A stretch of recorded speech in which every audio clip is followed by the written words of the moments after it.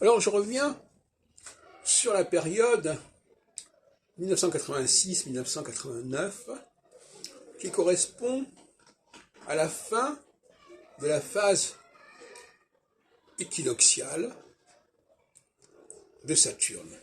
Vous savez que maintenant je développe cette idée que le dernier tiers d'une phase annonce déjà la phase suivante. C'est pour ça qu'il se situe en signe mutable. En l'occurrence, l'entrée de Saturne en Sagittaire introduit déjà une tonalité solsticiale dans un cycle équinoxial qui lui-même d'ailleurs a commencé avant le passage de Saturne sur la balance. Donc tout est décalé un petit peu de 30 degrés. Et donc, on s'aperçoit, ce passage, ce décollage de l'équinoxial au solsticial, c'est l'émergence d'un leadership qui s'était un petit peu mis en hibernation pendant la période équinoxiale des 7 ans précédents. Et donc, qui avait commencé en 78 à peu près.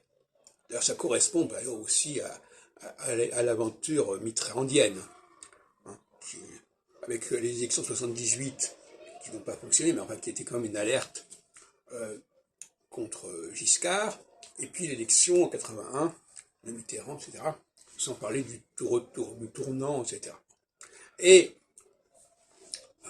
ce qu'il faut bien expliquer, c'est que moi-même, au niveau du milieu astrologique, il y a une réémergence qui se produit à ce moment-là. C'est-à-dire que j'étais en phase équinoxiale, donc les leaders en phase équinoxiale, ils ont plutôt un profil bas. Donc je me mettais derrière d'autres personnes, comme Denise Zaprès, par exemple,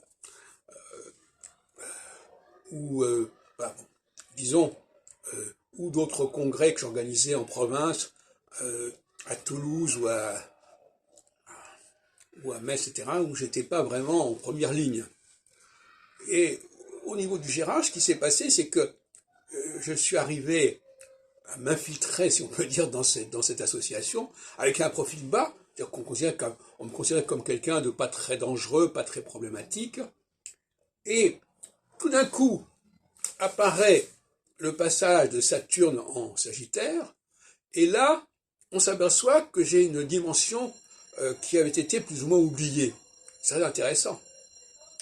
Et ça c'est exemplaire de ce passage de l'équinoxialité à la socialité qui se fait au moment du passage de Saturne sur l'axe Sagittaire-Gémeaux, hein, qui est l'élément d'anticipation par rapport à l'axe Capricorne-Cancer. Et là, effectivement, ceux qui connaissent un peu l'histoire du milieu astrologique à ce moment-là savent que il y a quelque chose qui a complètement basculé à ce moment-là.